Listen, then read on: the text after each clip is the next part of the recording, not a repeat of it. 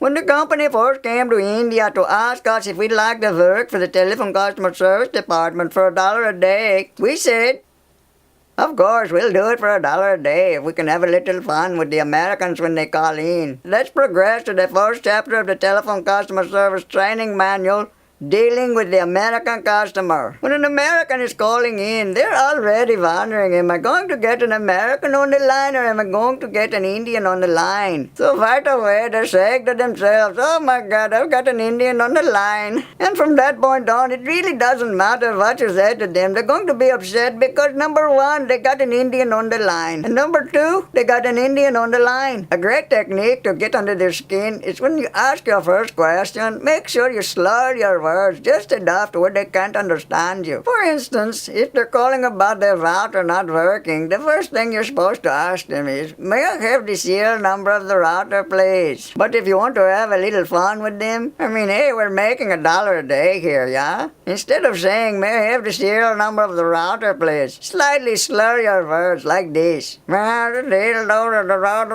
See, you're still doing your job. Come on, you're still saying the phrase, aren't you? You're just having a little fun with it. It's okay. Watch what will happen. They will start bouncing off the walls, and invariably they will always say, what? Then one more time, just for the fun of it, slur your words again. When they say what, you say if you do your job correctly, they will once again always say what?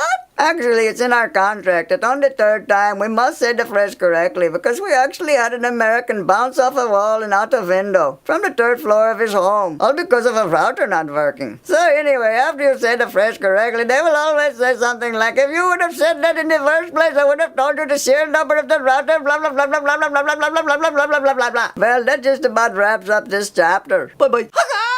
Got more videos right over here, but before you go, gonna have a little. Please share, subscribe, leave a comment if you like. Love ya, baby.